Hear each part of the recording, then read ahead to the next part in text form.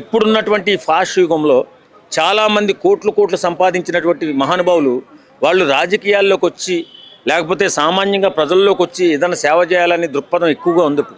పోతూ పట్టుకుపోతామా, పోతూ ఏం సంపాదించుకుని ఇంత సంపాదించాం ఇప్పుడైనా సేవ చేసి చేద్దామని చెప్పేసి చాలామంది అనుకుంటున్నారు. అలాంటి వ్యక్తులు రావాలంటే పవన్ కళ్యాణ్ లాంటిగా వ్యక్తులను మనం ముందుకు చూపించవలసిన అవసరం ఉంది. లేని పక్షంలో ఎవరైనా రాజకీయాల్లోకి వస్తే పవన్ కళ్యాణ్ గారిని ఎన్ని దుర్భాషలాడారో అందరికీ తెలుసు. ఆయన నిజాయితీగా రాజకీయాల్లోకి వచ్చినప్పుడు ఆయన రాజకీయాల నుంచి పంపించేయాలని చెప్పి ఎంతోమంది నీచులు నికృష్టులు ఎన్ని రకాలుగా అతన్ని హింసించి మాట్లాడారో మనకు తెలుసు. కానీ ఆయన నిలబడ్డాడు. అలాగా సున్నిత మనస్కులైనటువంటి పెద్దవాళ్ళు ఎవరు కూడా నిలబడలేరు.